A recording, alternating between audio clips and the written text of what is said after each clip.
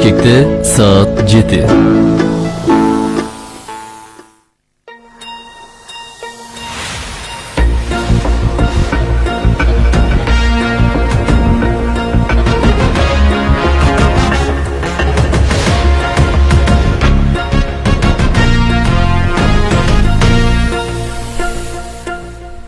Кутмантан кадырман угарман, биринчи радио ободогу уктурууларын баштайт. Эфирде таңкы бурулуш программасы. Студияда Урмат Жээнбеков жана Бегайым Абдыкадырова 1,5 саат сиздер менен бирге болобуз. Бизди радиодон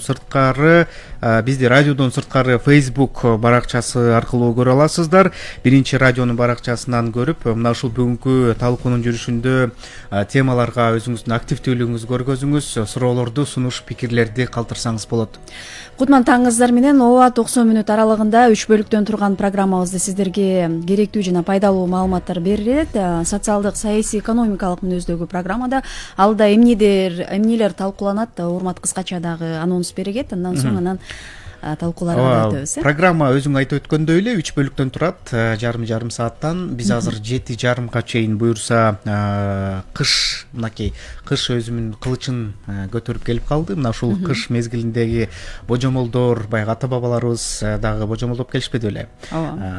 Эгерде пияздын кабыгы калың болсо, кыш катуу болот экен. Мына ушул сыяктуу божомолдор айтылып келген. Мына сырткары ушул Кыргызгидромет борбору дагы өзүнүн маалыматтарын берет быйылкы кыш боюнча. Андан сырткары биз программанын экинчи бөлүгүндө дагы талкуу жүргүзөбүз. Азыркы тапта ошол көпчүлүк баягы автомашина айдоочулардын көңүл чордонунда болуп турган күйүүчү майлоочу майга болгон баанын жогорулашы. Бул эмне себептен жогорулуп атат? Мына ушул суроого адистен жооп алабыз. Андан сырткары 3-чү бөлүгүндө биз дагы бир талкууга алынып жаткан актуалдуу маселе, эл үчүн керектүү дагы бир маселе болгон. Бул кадимки эле жарандык паспорттагы улуттуу графасы мына кайрадан бериле баштады. Ооба, мунун баардыгы алдыңкы мүнөттөрдө болот. Сөзсүз түрдө биздин алгач телефондук номерлерибизди айтып коелук. 0312 39 21 90 жана 0502 39 21 90 телефондору аркылуу биздин ушул 1,5 саат аралыгында талкуулануучу темаларга өзүңүздүн суроолоруңузду берип катышсаңыз болот. Эми азыр болсо алгач дүйнөдөгү жана жерибизде болуп жаткан жаңылыктар менен кесиптешибиз Бакыт Тапаев микрофондо. Саламатсызбы? Кандай жаңылыктарыңыз бар? Кутматаңыздар менен алдыда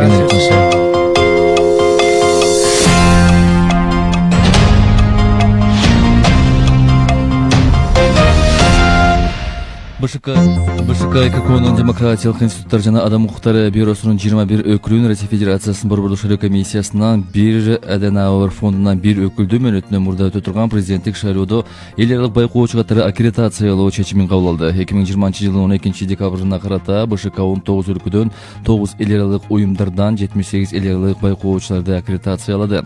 Алар Кыргыз Республикасында Ханс Зайдер фондунун өкүлчүлүгүнөн, шайлоо системаларынын эл аралык фондунун өкүлчүлүгүнөн, КМШ-ПА, КМШ миссиясынын өкүлдөрү.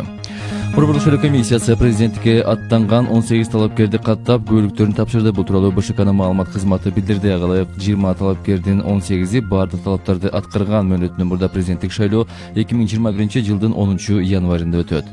Кыргызстанда коронавирус менен пневмониядан дарыланып жаткан 94 бейтаптын абалы өтө оор жана 542 бейтаптын абалы оор деп бааланууда. Республикалык штабтын маалыматы боюнча азыркы тапта стационарда 2086 бейтап, ал эми амбулатордук дарыланууда 2898 бейтап дарыланууда. Кыргызстанда коронавирус жана пневмонияны жуктуруп алгандардын саны пандемия башталгандан тарта 77.356-га жетти. Анын ичинен 70.197-си сакайып чыкса, 1.307 киши көз жумду. Германиянын федералдык жана аймактык бийлиги өлкөгө катуу карантин киргизүү чечимин кабыл алышты. Бул тууралуу чет элдик маалымат каражаттары жазды. Маалыматтарга караганда жеке үйлөрдө жана батирлерде эң көп дегенде 5 адамдан турган 2 үй бүлөнүн өкүлдөрүнө гана жолугушууга уруксаат берилет. 10-январга чейин мектептерде билим берүү онлайн режимде гана уюштурулат. Бала бакчалар 10-январга чейин иштебейт. Акыркы маалыматтарга караганда Германияда акыркы суткада 20 миңден ашуун коронавирус оорусу аныкталды. Нигериянын Катсина штатында куралчан адамдар 800дөн ашык окуучу окуган мектепке кол салып жүздөгөн балдарды уурдап кеткендигин чет элдик маалымат каражаттары жазды. Айрым маалыматтарга караганда 400дөн ашыгы качып кетүүгө үлгүргөн. Кол салуу жума күнү кечинде Канкара шаарында болгон. Куралчан адамдар шаардын көчөлөрүндө ок чыгарып жүргөн учурда күч органдары аларды кармоого аракет кылышкан. Бирок бир нечеси мектепке чабуул коюп имаратты аткылашкан. Андан кийин имаратка кирип балдарды алып кетишкен. Полиция кызматкерлери 200 баланы куткарганга жетишкен. Ал эми өздөрү качып кеткен окуучулар токойго түнөп баш аягы 400дөн ашык бала табылгандыгы кабарланды. Учурда полиция мектеп жетекчилери менен бирге жоголгон балдардын санын тактап жаткандыгы кабарланды. Кытайга сууга орай келди. Мохия шаарында абанын температурасы -44 градуска чейин түштү, бирок ызгар өлкө тургундарын коркута алган жок. Хэйлун Сиан провинциясына коо сүрөттөрдү тартуу үчүн миңдеген турист агылып келди. Алар ысык сууну чачып, кайнак суудан фейерверк уюштурушууда, анткени ал суукта дароо тоңуп калат. Мындай көрүнүш абдан кооз, ошол себептен социалдык тармактарда популярдуу болуп кетти. Мохия Кытайдын арктикалык шаары деп аталат. 1969-жылы температура -52 градуска чейин төмөндөгөн. Ташкент областындагы Паркент районунун аймагында жайгашкан номер 33 кыргыз мектебинде 12 декабрда Айтматовдун туулган күнүнүн 92 жылдыгына арналган адайы кечи өттү. Анда мектеп окуучулары Манас эпосунан үнсүндүлөрдү аткарып, Чыңгыз Айтматовдун чыгармалары негизинде даярдалган сахна көрүнүштөрүн, кыргыз акындарынын чыгармалары жана элдик бийлерди тартуулашты. Эске салсак, Өзбекстан президенти Шавкат Мирзиёевдун атайын чарылыгы менен мамлекетте Чыңгыз Айтматовдун 90 жылдыгын майрамдоо алкагында 2018-жылы бул мектепке улуу жазуучунун бюсту орнотулган. Валюталар курсу менен таанышып алыңыздар. 1 Америка доллары 84,79 тыйын, евро 102,86 тыйын, 1 орус рублю 1,15 тыйын, казак теңгеси 20 тыйынга бааланууда. Синоптиктердин бүгүнкү күнгө берген маалыматы менен тааныштыра кетели. Бүгүн Талас жана Чүй областында абанын температурасы 3-8 градус суук болсо, Эсекөл областында 1-4, Ош, Жалал жана Баткен областарында да ушундай температура төмөн. Ал эми Нарын областында 3-8 градус суук болушу күтүлүүдө. Бүгүн Бишкек шаарында абанын температурасы 5-7 градус суук болот. 7 саат 7 мүнөт. Урматтуу радио угармандар, сиздер биринчи радиодо таңкы бурулуш программасын угуп жатасыздар. Соңку жаңылыктарды Бакыт Тапаевден уктук. Ооба, бүгүн күнгө дүйшөмбү 14 декабрь ушул таңкы бурулуш программасынан жергиликтүү жана дүйнөдөгү жаңылыктарды уккан соң ушул коомдун бүйүрүн кызыткан маалыматтарга да токтолсок, урмат. Ооба, дүйнөдө эмне жаңылык болуп атат? Кыргызстанда кандай маанилүү жаңылыктар, орчундуу жаңылыктар орун алып атат? Мына ошолорго кыска токтололу дагы, анан биз кеңирээк негизги темаларга өтөлү. Бегайым, мына ушул тапта АКШда шайлоонун жыйынтыгына нааразы болгондор ортосунда чыр чыгып атат, кагылышуулар болуп атат. Өзүң билгендей эле 3 ноябрда, ушул үстүбүздөгү жылдын 3 ноябрында бул Америка Кошмо Штаттарында президенттик шайлоо өткөн. Ооба, учурда ушул Трамп менен Джо Байдендин тарапташтары ушул атайын акция уюштурушуп, анын негизинде кагылышуулар болгон экен. Бирок ага чейин болсо ушул 3 ноябрдагы өткөн шайлоонун жыйынтыгын АКШнын жогорку соту жокко чыгарган экен да. Ушундан улам бул кагылышы болгон дагы массалык маалымат каражаттары жазып чыкты. Негизи эле саясий окуялар бир гана АКШда эмес, башка өлкөлөрдө дагы болуп жаткандыгы белгилүү. Ошол эле алыс кетпей Белоруссияны дагы ала турган болсок, ал жакта дагы ушул 127 күндөн бери эле саясий кырдаал туруксуз болуп жатат да. Мына ушундай башаламандык учурлар бир топ өлкөлөрдө дагы болуп атат. Саясий абал туруксуз өлкөлөр дагы бар. Ошол эле Арменияда, анан Тоолуу Карабахта дагы буга чейин келишим түзүлбөдү эле. Тынчтык келишими түзүлгөн. Муну кайрадан бузуу фактысы катталды деп дагы маалымат булактарында жарыяланып атат. Мына ушул жакта Азербайжандын коргоо министрлиги айтып атыптыр. 12 декабрда мына ушул келишимди бузуп кайрадан ок атышуулар болгону. Эмнеси болсо да ошо тынчтык эле болсун дейли. Анан шайлоонун жыйынтыгына нааразы деп айтып калдык. Бизде дагы Кыргызстанда дагы ушул жылдын 4 октябрында шайлоо өттү. Парламенттик шайлоо, мына ушунда дагы нааразылыктар орун алды. Эми анын бардыгы калыбына келип, мына өлкөнүн башкаруу системасын тандап, анан өлкөнү ошо башкаруучуну тандоо алдында турабыз. Албетте, ошо Борбордук шайлоо комиссиясы 12 декабрда отурган отурумунда ушул 10 январга дайындалган мөөнөтүнөн мурда болуучу президенттик шайлоого ушул атайын эл аралык жана жергиликтүү байкоочуларды да катууну алган экен. Жогоруда Бакыт да айтып өтпөдүбү? Айткандай эле ушул бүгүнкү күндө ушул ЭКУКнун 21, Орусиянын Борбордук шайлоо комиссиясынын Аденауэр фондунун бир өкүлү эл аралык байкоочу катары катталган экен. Борбордук шайлоо комиссиясынын маалыматына караганда ушул 19 өлкөдөн жана 9 эл аралык уюмдан жалпы 78 байкоочу катталды деп дагы маалымдап атат. Ал эми ушул президенттик талапкерлер үчүн болсо Борбордук шайлоо комиссиясына арыз жазган 18 жарандын топтолгон колун жарактуу деп таап, мына бүгүнкү күндө ушул 18 талапкер бизде катталып президенттик шайлоого аттанды десек болот. Ооба, буга чейин ушул тактоо иштери жүрбөдү. Эми мына бүгүндөн баштап токтотулду. Анан эми 15 декабрдан баштап ушул талапкерлердин, президенттикке ат салышып жаткан талапкерлердин үгүт кампаниясы башталат эмеспи? Мына ушундай жаңылыктар болуп атат. Андан сырткары ушул Индияда дагы белгисиз ооруга чалдыккандар дагы кабарланган. 800дөн ашык оору, ал ушул адамдан адамга жукпай турганын ошол адистер аныктап чыгышкан экен, бирок эмне себептен чыкканын дали аныктай элек.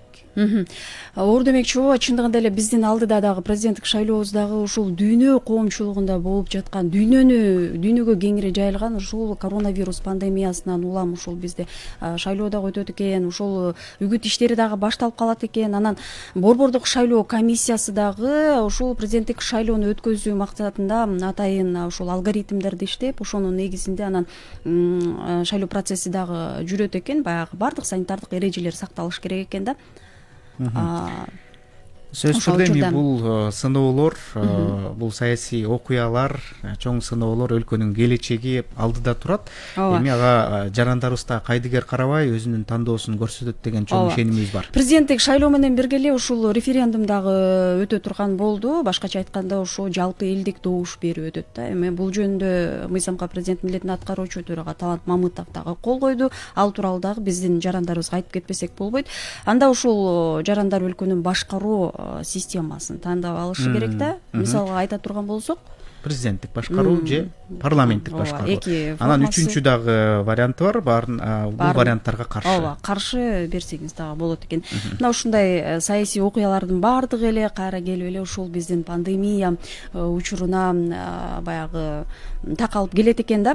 Пандемия демекчи ушул бизде учурда пандемия кызуу жүрүп жаткан чагы дагы деле токтоло элек. Деген менен акыркы 2 күндө өлүм саны катталбаганы жалпы коомчулукту кубандырат. Бирок кооптуулук ушул кыштын толуп турган учурунда кайра сасык тумоо күчөп, аны менен коронавирустун биргелеп кетиши баягы өлкөдө мындан дагы курчалышы мүмкүн деп адистерибиз айтып келет да. Коронавирус демекчи ошол өлүмдүн саны азайганы менен, катталбаганы менен бул эмнени билдирет? Баягы баарын ачык эле же болбосо чектөөлөрдү алып салууну түшүндүрбөйт.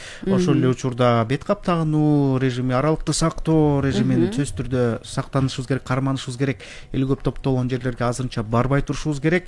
Өлүмдүн санын мынакей жоюп алалы. Мына ушундай кандай десек, бир тактык менен, эреже менен, анан өлүмдүн жуктургандардын санын азайтып алсак эле, мына ошондо бир жакшы жыйынтыктарга келет болушубуз керек. Анан адистер дагы айтышты, бет кап тагынууда кышында аябай суукта көчөдө тагынуунун анчалык деле кажети жок. Себеп дегенде адам тердейт, бет кап тагынып атканда ал тоңуп калат, анын эч кандай пайдасы жок. Көбүнчө ошол аялдамаларда, анан эл көп чогулган жерлерде, ошол эле коомдук транспорттун ичинде ошол бет кап тагынууну карманса жакшы болот деп ушул медицина тармагындагы адистер айтат. Билесиңби урмат, ушул дүйнөдө негизи эле коронавирус менен ооругандардын саны 72 миллиондон ашты деп айтып атат да. Анан Европа өлкөлөрү ушундан улам ошо карантиндик чараларды узартып атат. Өзгөчө Германия азыркы күндө ушул катуу чараларды киргизген экен. Ал эми айтсак да башка өлкөлөр болсо, ушул эле АКШ, Россияда болсо ушул вакцинация процессин дагы киргизип, ушул жарандарга, каалоочуларга вакцинацияны кылуу дагы иш-чаралары жүрүп жаткан экен да. Негизи кооптуу эле абал, ошондуктан биздин жалпы Кыргызстаныбыздагы, кыргыз эли дагы сактаныш керек. Өзгөчө ушул мына кыштын келиши менен өзгөчө сактанышыбыз керек. Анткени ушул сасык тумоо менен аралашып кетсе өтө эле кооптуу абал жаралып калуу мүмкүндүгү айтылат да. Эми кыш жөнүндө дагы сөз кылып калдык. Эми Бегайым негизги темаларга өтөлү. Программанын башталышында Ооба. угармандарга айтып өттүк эле. Кыш темасында сөз кылабыз. Быйылкы кыш кандай болот? Алдын ала божомолдор, анан биз Кыргыз гидрометтен дагы маалымат алабыз деп. Эми бул биз үчүн маанилүү сөзсүз түрдө. Эми кышында айрым ишкерлер дагы бир өзүнүн ишин пландап алды да. Анан бул кыш кандай болот болду экен, алдыдагы күндөрдө кандай болот? Ушул тууралуу маалыматтарды алалы. Ушинтип баягы ишкерлерибиз негизи эле буга чейин ушул мага мындай эң эле кызыгы ушул бизде мисалы ошол эле гидромет борбору түзө электе кантип элдер билишкен. Мисалы биздин ата энелерибиз, ата бабаларыбыз баягы кандайдыр бир атайын белгилерден улам Алдын ала туюп, кыш келет, кыш оор болот деп дагы билип алышчу экен да. Мисалы эле ошол эле азыр биз келатканда кыроону көрдүң да. Бактардагы кыроолордон улам дагы кыштын мына чилде түштү, же болбосо кыштын ушундай катаал болушу тууралуу дагы ушинтип айтып божомолдоп келишет экен да. Анан бул дагы мындай кандайдыр бир өзгөчө кызыктуу факт да. Жалпы эле биздин угармандарыбызга, көрөрмандарыбызга да кызык болсо керек бул. Кел анда Бегайым, биз байланышка чыгалы. Мына ушул тууралуу маалыматтарды алалы. Кыш чилдеси 90 түштү деп дагы айтылат эмеспи? Ошол буга чейин кыргыз элинде айтылып келген, буга чейин ошол атайын белгилерден улам кыш чилде чыгышын, чилденин келишин, ошол 90 жана башка мындай кыргыз элинде айтылып келген. Буга чейин биздин ата бабаларыбыз айтып келген нерселерди баягы адистерден алып, алар кандай божомолдорду билдирет, биз алгач ушулардан алып алалык. Андан соң Кыргыз гидромет борборунан дагы атайын расмий маалыматтарды алабыз. Жакшы болот. Анда биз менен байланышта Жусуп Баласагын атындагы Кыргыз улуттук университетинин физика электроника факультетинин окутуучусу, улуттук үркөр календарынын изилдөөчүсү Абакир Калыбеков агайыбыз байланышта. Абакир агай, саламатсызбы? Саламатсыз. Кутмандуу таңыңыз менен. Рахмат. Таң эрте уйкуңузду бөлүп бизге чыгып угуучуларга маалымат берейин деп турганыңыз үчүн ыраазычылык билдирели алгач. Агай, байланыштасызбы? Ооба, байланыштадым. Мына агай буга чейин ушул кыргыз элинде негизи эле кыштын келиши бир башкача бир атайын белгилер менен, божомолдор менен айтылып келет эмеспи? Кышты баягы эртең менен бак дарактар калың аяз туруп калган болсо, күн ачык болот. Эгерде түнкүсүн же таң менен билинер билинбес шамал жүрүп, кар элеп жаап турса, эртеси күн ачык, карандай суук болот деп да ар кандай бир божомолдор менен биздики буга чейин айтылып келген да, ошо ата бабаларыбыз. Жанан сизден сурайлы дегенибиз, буга чейин ушул эл арасында 90, анан чилде чыгат дегенде ар кандай сөздөр айтылып келет эмеспи? Анан негизи эле ушул 90 деген эмне, ушул чилденин келиши чыгышын кантип билебиз? Азыр 90 түштүбү агай? Урматтуу радио угуучулар, арбаңыздар, мен Кыргыз улуттук университетинде ушул астрономия боюнча сабак берем. Андан кийин ушул Кыргыздын элдик календары, жыл санагы боюнча маалыматтарды чогултуп жүрөм. Эми кыргыздар өзү негизи жылдын оор жеңилин аныкташ үчүн көп жылдар бою жыл сүрүү деген жанагы ар бир жылдарга ат коюп, анан кийин ал жылдардын өзгөчөлүктөрү жөнүндө ар кандай маалыматтарды айтып келишкен. Бул жыл сүрүү дегенибиз бул аспанда көрүнгөн Юпитер планетасынын 12 жылдык циклына байланышкан. Ал 11,87 жылда бир жылдыздын ордунда туруп, кайра ошол жылдын ордуна келет. Ошол жылдыз кайсы топ жылга турганына жараша ар бир жылга ар түрдүү аттарды коюп келишкен. Мисалы быйылкы алдыбызда келип аткан 2021 жыл бул жыл санак боюнча уй жылы деп аталат. Уй жылы деп аталган себеби мына жылдын 2020 жылы ушул цикл башталды. Бул чычкан жылы деп аталган. Чычкан жылында ошол Юпитер планетасы жаачы топ жылдызында турган. Эми ошол жаачы топ жылдыздан жылып отуруп, азыр текечер топ жылдызына өтүп атат. Мына ушундан баштап кыргыздар буну уй жылы деп аташат. Эми бул ушул кыргыздардын жыл эсепчилеринин жылды алдын ала айтуу боюнча маалыматтарына караганда бул өткөн быйылкы ушул жыл цикл жылдардын ичинде коен жылдарды оор жылдар деп эсептеп келишкен. Ушул коен жылдарында ушул планета Букачар топ жылдызында турат, ушул жыл оор болот дешкен. Анан ушундай маалыматтарды мына кийинки жылдардагы маалыматтар деле тастыктап турат. Мына 2011-жылы бул ошо коен жылында жаз кеч келип, кыш бир топ оор болуп, элге дыйканчылыкка бир топ залакасын тийгизген. Мына ушулдагы маалыматтарга туура деп эсеп.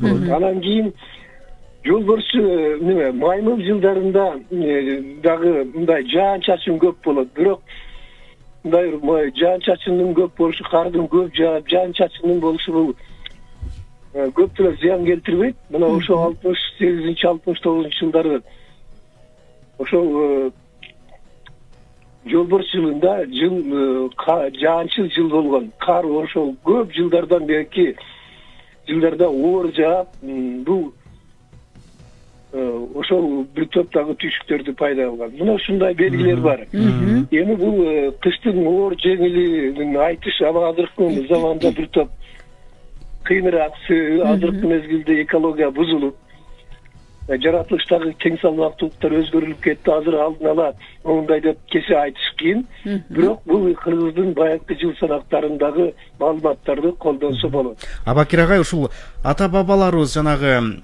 биз айтып жүргөн пияздын жанагы кабыгынын калың болушу, асмандагы баягы чымчыктардын учушунан, ушундайлардан билип келишкен да. Бийик учушу, анан жапыс учушу, бийик учса ушул кыштын аябай мындай кардуу болушу белгиленет экен. Анан төмөн учса мындай жакшы кыш жеңил өтөт деп айтылып келет экен да. Ушул сыяктуу божомолдор болуп келген да. Божомолдор, белгилер боюнча кандай бизде ушундай сиз билген? Мен мындай божомолдорду өзүм байкаган жокмун. Бирок бул божомолдордун мындай бир тууралыгы астрономиялык жакта, физикалык жакта мааниси бар деп эсептесем болот.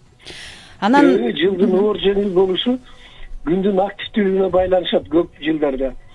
Ошол күндүн активдүүлүгү болгон кездерде өсүмдүктөр ошол жылга жараша өзүнүн жанагындай бир жашоосундагы өзгөчөлүктөр байкалат. Айрыкча дарактарда байкалат да. Дарактарды кескенде бул тегерек шакекчелерди байкашат дайым эле. Ошол шакекчелер калыңдыгы, жоондугу ошол жылдагы күндүн активдүүлүгүнө байланыштуулугун астрономдор тактаган. Демек ошол эле сыяктуу ошол дарактар ошол күндүн активдүүлүгүнө жараша өзгөрүлүшү ал жанагы пияздын же болбосо башка өсүмдүктөрдүн өзгөчөлүктөрүн пайда кылат. Бул өтө маанилүү физикалык кубулуш. Эми муну так баамдап адам ошол пияздын же болбосо башка капуста сыяктуу өсүмдүктөрдүн немесине агай анан 90 деп айтылып келет эмеспи эл арасындачы? Бул кандай, эмне мааниси берилет? Анан 90 бизде келдиби, кайсы убакта кандай? 90 менен чилде сөздүн өзү бул жыл өзү 4 бөлүккө бөлүнөт да. Жазгы күндүн теңелүүдөн күзгү күндүн жайкы күн токтолуу чекитине чейин 90 күн. Бул 21 марттан 22 июнга чейин болот. Андан кийин 22 июндан 22 сентябрга чейин бул жай деп эсептелет, астрономиялык жыл. Бул дагы 90 күн. Ал эми 21 сентябрдан 22 декабрга чейин бул күз деп эсептелет. Ошол 21 декабрдан баштап 90 түштү деп эсептелет. Бул астрономиялык эсептөөлөргө дал келет. Себеби бир жыл 90 күндөн эсептелет. 90 күнгө бөлүштүрүлгөн да. Демек ар бир мезгилдин өзүнүн 90 болот экен да агай, Ар бир мезгилдин өзүнүн 90 болот. Чилдечи агай, чилде? Азыр биз 21 декабрдан баштап кыш мезгили, астрономиялык кыш мезгили деп эсептелет. Муну кыргыздар байыртан бери эле билип 90 күндөн эсептеп келишкен.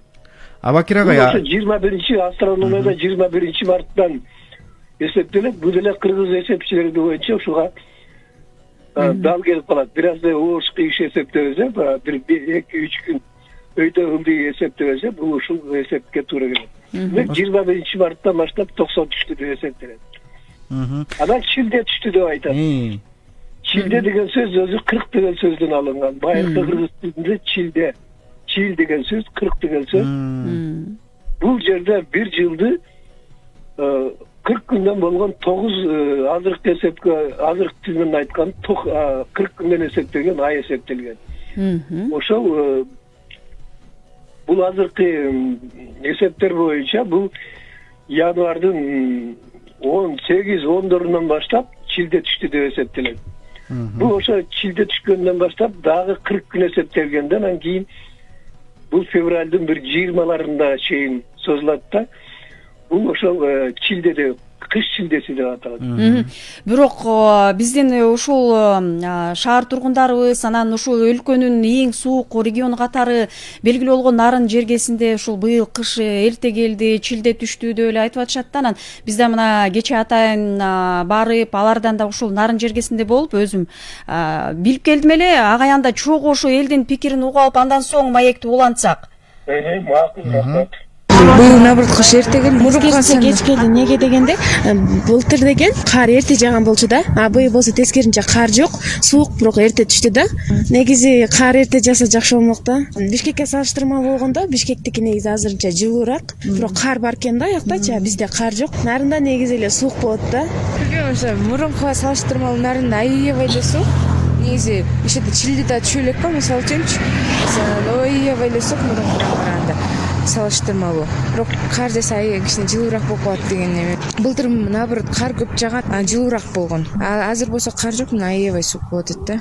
Негизи эми кыш баягы мурункудан кичине эртерээк келип, суук эртерээк. Бирок кар кеч жаап атат, декабрларда жаап баштап. Мурунку жылдарга салыштырмалуу быйыл суук кичине катуураак болот окшойт деп ойлойбуз. Эми баягы кар жаабаса дагы суук эрте келди да, суугу. Светтер өчүп калса жалдырап калмай да, ошо этаждарга ошон үчүн кыйын болуп калат да. Жер тамдагылар болсо эми алар от жагышат. Көмүрлөр эми келип атат дейт. Кайрымдуулук иштери да жасап атышыптыр Нарында. Эми нарындыктар көнүп калганбыз да суукка. Бишкекте деле эрте менен кечкисин суук катуу эле, анан бирок Нарындыкындай эмес. Нарындык аябай катуу экен. Эрте эле түштү го. Былтыр мындай эмес болчу. Быйыл мындай кыйсыздык болот экен деп. Мен сууктан эле улам. Былтыр мындай эмес болчу. Быйыл ошо жан кейиткен суук болуп атпайбы?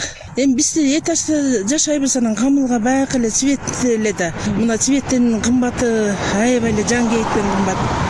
Анан пандемия бир жагынан кычап атат. Бактар убак болуп калган кезде ошо чилде түшкөн убак болуп калат. 18-нен 22-сине чейин түшөт да чилде. Бишкектикинен бияктык чилде түштү деп айтыш кыйын да. Бир күнү суук, бир күнү жылуу болуп калат. Кыроо түшкөндө аябай түшүп калган кезде ошол чилде түштү деп айтып калышчу биздин ата-бабалар. Мынакей Абакер агай, өзүңүз уктуңуз, эл дагы баягы билип атат, кыштын суук болуп атканы, суук башталганы. Сиз да жогоруда айттыңыз, ошол жыл сүрүүгө дагы байланыштуу болот кыштын сууктугу деп, Эми бул жерде бул Нарын өрөөнү бул деңиз деңгээлинен 2000 метр бийиктикте турат. Бул албетте бул жерде кыш узакка созулат. Ошол эң негизги себептердин бири деңиз деңгээлинен жогору тургандыгына байланыштуу. Анан бул астрономиялык эсептер бул деңиз деңгээлине эсептелет да. Анан ошол деңиз деңгээлинде көп жылдык циклдар ошол деңиз деңгээлиндеги абалга жараша аныкталат. Бирок бул астрономиялык жыл менен ошол жергиликтүү жердеги өзгөчөлүктөр сөзсүз эле байкалат. Бул кайсы кеңдикте жайгашкандыгына, кайсы кандай бийиктикте тургандыгына жараша болот. Мына эми албетте бул ош кыйыш бир 5-10 күн өйдө ылдый жылат, а бирок ошол жалпы көп жылдык эсептерге ошол циклдарга баш ийет да бул жылдар. Агай, сизге чоң рахмат. Убакыттын тардыгына байланыштуу дагы бир топ нерселерди сүйлөшөлүк дедик эле, бирок убакыт деген убакыт экен. Сизге ыраазычылыгыбызды билдиребиз. Атайын убакыт бөлүп биз менен байланышта болгонуңуз үчүн. Биз менен Кыргыз Улуттук университетинин физика электроника факультетинин окутуучусу, Улуттук Үркөр календарынын изилдөөчүсү Абакир Калыбеков агай байланышта болду. Эми биз жогоруда угармандарга сөз кылгандай эле, эми алдыдагы аба ырайы кандай болоор тууралуу ушул Кыргыз гидромет борборуна байланышалы Ооба. деп убада кылган элек. Алардан да алып алсак, негизи эле ушул илимпоздордун айткандары боюнча чилденин түшүшү ошол январь айына туш келет экен. Анан негизи эле гидромет борбору алдын ала маалыматтарды аларды алды да, алардын маалыматы боюнча кандай болду экен? Социалдык тармактарда Бегайым ушу декабрдын келе элек жатып эле, ноябрда суук башталбады бизде 25-терден кийинчи. Анан ошол убакта эле соц тармактарда эле бизде январь келип алган го, январь менен ноябрь алмашып алган го деген да тамашалуу посттор жазылбадыбы? Ооба. Чындыгында эле ушул кыштын эрте келиши байкалып атат деп былтыркыга салыштырмалуу суук болуп аткандыгын айтып Анда келиңиз Бегайым, Кыргыз гидромет борборунун жетекчисинин орун басары менен байланышып, мына ушул алдыдагы 10 күндүктө декабрь ичи кандай аба ырайы болот, ушул тууралуу маалыматтарды албайлыбы? Ооба. Саламатсызбы Мерим? Саламатсызбы. Кутман таңыңыз менен, маанайыңыз кандай? Рахмат, жакшы. Мына таң эрте жалпы угармандарыбыз азыр байланышка эмнегедир. Байланыштасызбы Мерим айым? Ооба. Таң эрте биздин жалпы угармандарыбыз ушул аба ырайындагы билүүгө баягы сизди кулак түрүп калса керек. Айтсаңыз, мына быйылкы кышты деги эле ушул бир ай аралыгында бизде кандай аба ырайы күтүлөт? Жаңы жыл тосууга дагы, негизи эле жаңы жылда кар дагы күтөт эмеспизби? Ооба. Кандай болду экен? Анда сизден угуп алалык, жалпы угармандарга маалымат бериңиз. Рахмат. Биринчи бүгүнкү аба ырайын болжолун айта кетсем, бүгүн күндүз Чүй, Ош, Жалал Абад, Баткен, Ысык көл облустарынын кээ бир райондорунда кар жаашы күтүлөт. Ал эми Талас облусунда жаан-чачын күтүлбөйт. Жолдор жакынкы күндөрдөгүдөй эле оңголок жана тайгак болот. Чүй, Талас, Ош, Жалал Абад, Баткен облустарында туман түшүшү күтүлөт. Бул абалы 2-3 күндөн бери кайталанып жатат. Батыштан соккон шамалдын ылдамдыгы секундасына 3-8 метрге жетиши күтүлөт. Ал эми температуралар болсо Чүй өрөөнүндө -4, -9 градусту, Талас өрөөнүндө -3, -8 градусту, Ош, Жалал Абад облустарынын өрөөндөрүндө -4 сууктан +4 жылуулукка чейин, Баткен жана Ысык көл ойдуңунда -2 сууктан +3 жылуулукка чейин. Ал эми Нарын облусунда -6, -11 суук, тоолордо -9, -14 градусту күтүп жатабыз. Алдыдагы 10 күндүктө кандай болот? Алдыдагы күндөрү 15 декабрда Ош, Жалал Абад, Баткен, Ысык көл облустарынын кээ бир райондорунда кар жаашы күтүлөт. Ал эми башка райондордо жаан-чачын күтүлбөйт. Ушундай абал 21 декабрга чейин сакталат. Температуралар түнкү температуралар Чүй өрөөнүндө -4, -19, күндүзкү -8, -3, -2, -7 аралыгында. Ал эми түштүк тарапта түнчүндө -1, -6, ал эми күндүз -1 сууктан +4 градус жылуулукка чейин.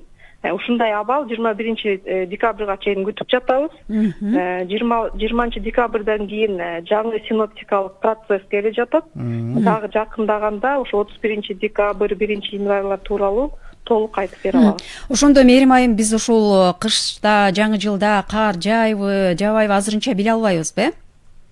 Азырынча жакындатылган болжол менен эми так айта албайбыз. 21 декабрга чейин катуу жаан-чачындар жок. Тоолуу райондордо, Талас, Жалал Абад районунун тоолорунда гана күтүлүп жатат. Башка райондорунда ошо катуу жаан-чачындар жок. Анда сизге ыраазычылык билдирели, кадырман угармандар. Ушул бизге декабрь айынын ортосуна чейин Кыргыз гидромет борборунун директорунун орун басары Мерим Асанбай кызы маалымат берди. Биз дагы алдыңкы убакыттарда дагы буюрса жаңы жылда жайбы кар же жаабайбы кандай болот, ал тууралуу да маалымат беребиз. Бирок бир кыстырма кыла кетели, ушул декабрь айынын жыл болгон жылдарындагы биздин угармандарга кыскача маалымат берели, анан суук болгон учурун дагы беребиз. Качан болуптур? Ошол 1971 жылы декабрда 15 күн ичинде 23 градуска чейин ысык болгон экен. элестетиңиз 23 жаздын күнүндө эле болгон экен, жаздын күнүндө экен да. Анан ошондой эле 1988 1989 99 жылдары декабрда ушул күздүн аба ырайы болгон экен да, анда дагы 15-20 градуска чейин жылуу болгон учурлар кездешет экен. Бирок азыр тескеринче көрсөткүч болуп атат, ошол эле плюс көрсөткүчү минуска айланып атат бул жылы. Мына ушундай урматтуу угармандар, биз программанын биринчи бөлүгүн жыйынтыктайбыз. 7 саат 34 мүнөт өттү, сааттын жебеси. Биринчи радиону угуп жатасыз, таңкы бурулуш программасы. Азыр эми жаңылыктардын сааты келди. Кесиптешибиз Канат биздин студияда. Канат, кутман таң. Доброе утро, уважаемые мои радиослушатели. Доброе утро, мои коллеги. Как всегда, выглядите супер-пупер. Это хорошо, это радует, потому что с каждой начала понедельника, это начало рабочей недели, как начнешь понедельник, так и закончишь воскресенье. Вот вы тут разговаривали о погоде. Да, Урмат, согласен с тобой в одной фразе, то, что действительно иногда вот ноябрь поменялся с декабрем, а декабрь с ноябрем. Вы, наверное, помните такое вот четверостишье, если вы не против, я зачитаю. Заноябрило ноябрем и декабрем задекабрило, а ведь когда-то был июль, а ведь когда-то лето было. Это не мои стихи, спасибо, браво, но это не мои стихи, это слова народные, музыки. Музыка тоже народная. Рахмат, атайын темага өзүңүздүн сөзүңүздү даярдап келгениңиз үчүн. Анда соңку погода — это особая тема для меня, особенно зимняя. Действительно, вот, к сожалению, нельзя предугадать, будет ли снег на 31 декабря, но, надеемся, будет. Анда сөз кезеги сизде, Канат. 7 часов 35 минут, время для новостей.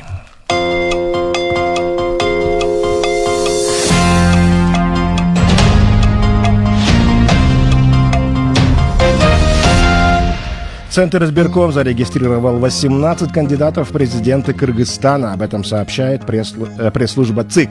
Претенденты предоставили все документы, которые необходимы для регистрации. В их числе заявление о самовыдвижении, сертификат об уровне владения государственным языком, документы, подтверждающие внесение избирательного залога в размере 1 миллиона сомов, не менее 30 тысяч подписей избирателей, а также форма с указанием личных данных.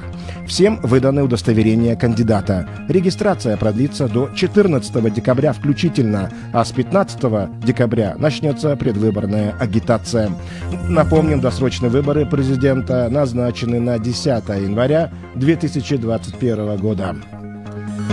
Референдум по определению формы правления государства состоится 10 января. Соответствующий закон подписал исполняющий обязанности президента Талант Мамытов. Избирателям предоставит право выбрать из 3 вариантов: президентская республика, парламентская республика, против всех вариантов. Таким образом, референдум состоится наравне с президентскими выборами, которые также намечены на эту дату. Необходимо оцифровать около 10 миллионов актовых записей, но из-за пандемии пришлось подкорректировать планы по открытию центра оцифровки данных. Об этом сообщил заместитель председателя ГРС Телек Батырканов во время заседания Общественного совета ГРС. При этом до конца года Департамент регистрации населения и актов гражданского состояния завершит полную инвентаризацию и оцифровку актов регистрации смерти за период с 1982 по 1992 годы.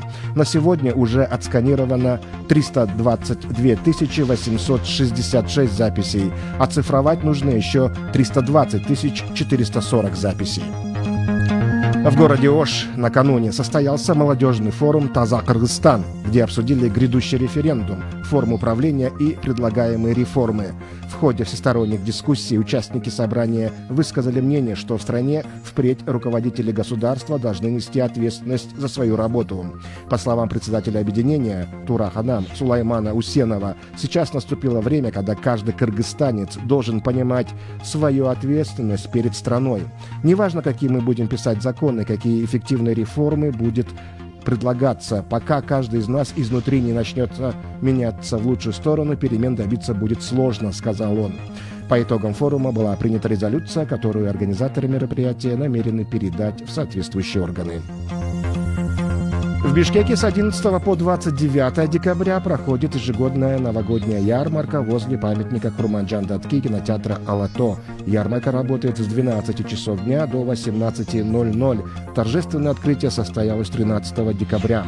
В качестве новогоднего подарка мы подготовили культурно-развлекательную программу для взрослых и малышей при содействии творческих коллективов «Семите», «Кыргыз-Руху», «Дор» и «Сувенир», а также компании «Флайерс». Концертная программа будет проходить 13, 16, 23 и 29 декабря с 2 часов дня до 17:00 с соблюдением всех санитарных правил, говорится в сообщении мэрии.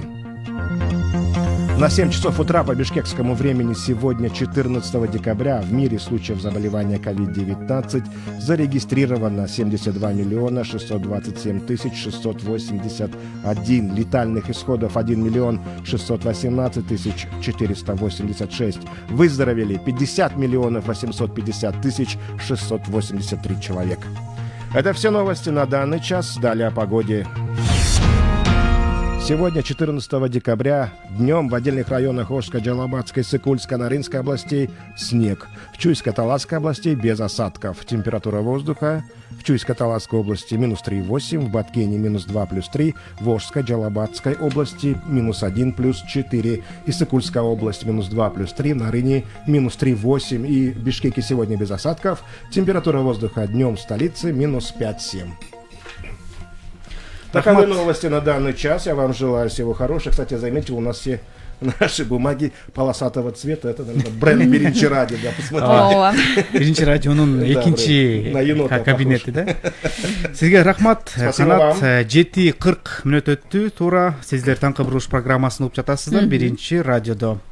Ооба, азыр болсо ушул жалпы биздин таң эрте жумушка кетип бара жаткан жалпы угармандарыбыз үчүн, ишкерлерибиз үчүн, деги эле жалпы коомчулук үчүн кызык болгон дүйшөмбү күнү 14 декабрга карата валюталар курсундагы маалымат бере кетели. Анткени биздин өзгөчө автоунаа айдоочуларына да кызыктар болуш керек. Өзүң айтып өткөндөй эле ушул ишкерлер деги эле баарыбыз эле азыр ушул акча менен иштешип калдык. Акча алмаштыруу, алыстан акча салгандар бар, жакындар мына ошону сөзсүз алмаштыруу учуру келет. Анан валюта рыногунда кандай өзгөрүүлөр болуп атат, доллардын сомго карата курсу, евро, рубль ушулардын баардыгына көз чаптып турат эмеспи? Ушул тууралуу маалымат бере кете турган болсок, доллардын бүгүнкү күнгө карата сомго карата курсу 84 сом 79 тыйынга бааланды. Ал эми еврода өзгөрүүлөр бар, бир аз жогорулоо болгон экен.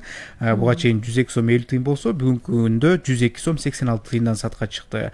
Ал эми рубльдин баасы ошол эле бойдон 1 сом 15 тыйын, теңге дагы ушул эле туруктуулугун сактап калган 20 тыйындан сатыкка чыгууда. Чындыгында эле бизде долларга болгон өсүп төмөндөөлөр кээ бир учурларда байкалып келет. Мунун өсүшү ушул Кыргызстанга жалпы келүүчү продукцияга дагы өз таасирин берип, айрым сатыкка чыккан товарлардын бааларын жогорулаганын байкоого болот. Анын ичинде азык-түлүк гана эмес, ушул күйүүчү майга болгон дагы жогорулап жатканы айтылууда да. Негизи ушул мунай ташуучулар ассоциациясы дагы билдиргендей, ушул Кыргызстанда декабрь айында күйүүчү майга болгон дагы жогорулоо болушу мүмкүн. Бегайым азыр бизде угуучубуз чалып атат, ошол угарманыбыз менен сүйлөшөлү, анан кийин биз ушул темага кайтпайлы. Саламатсызбы? Саламатсыздар. Кутман таңыңыз менен. Рахмат, бирге болсун. Атыңыз ким, каяктан чалып атасыз? Андан кубанычтабыз. Эмне жаңылыктарды Биринчи радио берип атат экен, элибизге туура жаңылык жетип атабы же анча-мынча заманга ылайык өзгөргөн бирдемелерди угулуп калып атабы деп өтө тынчсыздан уккан адамдардын бири менмин. Себеп дегенде азыр айтып атпайсыңар, силде 90 деп. Эми ар кимдин өзүндө кала берсин. Бирок биздин ата бабабыз ар ким өзүнүн оюна келгенде эле айта берген эмес. Бул жыл деген 90го бөлүп бирдемелерди айттык, андай эмес, андай деп ойлошкон дагы эмес. Биринчиден, экинчиден Юпитер жылдызын кыргыздар эч качан көргөн да эмес. Юпитер деген жылдыз бар экенин билген дагы эмес. Биринчи да. Анын тарыхына айтпай эле коелук. Анан жанагы мындай айылда ким тоодо чоңойгон болсо, бул тоолук кыргыздардын ой жүгүртүүсү да. Кыштын 6 айы деген сөз болгон. Кыштын 6 айы деген биринчи эле суу тоңо баштагандан баштап кыргыздар кыш келди эсептеген. Сөйтөп түндөсү суук болгондон кийин суу тоңуп калат. Октябрдын 15-леринде эле Тоо райондордо. Нарын болобу, Алай болобу, тетиги Чаткалжак болобу, Чоң Алай болобу, суук бар жерге бир эле мезгилде келет. Кыш толкунда Нарын менен Акмызга эле келбейт. Кыргызстандын баардык эле жерине келет. Бул биринчиден. Анан жана 90 деген качан башталат? 90 21 декабрда башталат. Андай эмес. 90 жердин үстүнкү катмары да тоң пайда болгон күндөн баштап 90 түштү деп айтат. То есть жерде тоң пайда болгон күндө 90 дейт. Ал 90 сөзсүз 90 күнгө созулушу мүмкүн эмес.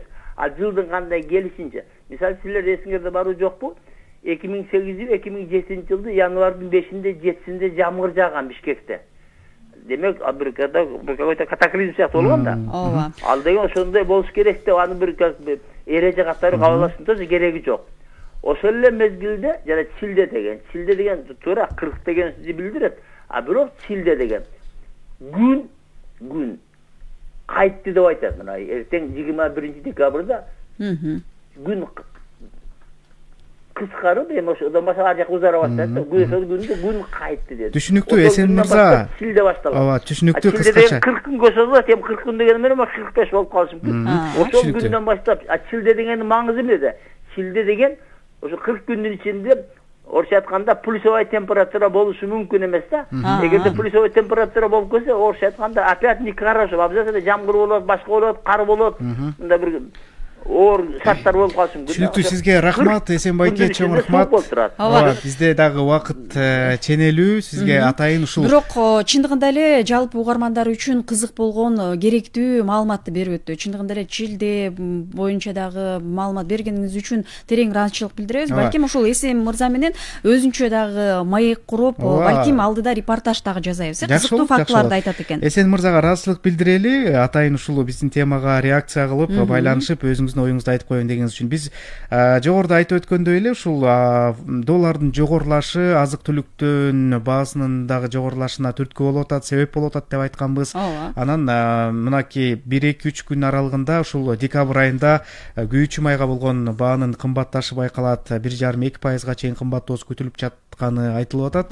Буга чейин дагы ушул мунай ташуучулар ассоциациясы дагы алдын ала баягы прогноздорду берип, декабрь айында 2%га кымбаттайт деп дагы болжолдоп айткан экен. Анан бүгүнкү күндө айдоочулар дагы бул боюнча айтып тынчсызданып атышат да. Бизге да байланышкандары бар. Анда Бегайым, азыр биз мындай кылалы, Кыргызстандын мунай ташуучулар ассоциациясынын башчысы менен ушул көйгөйлүү маселени тактап алалы. Жакшы болот. Ооба, чындап декабрь ичинде ушул күйүүчү майга болгон баа кымбаттайбы, ал эмне үчүн? Же кымбаттадыбы, Кымбаттап атабы?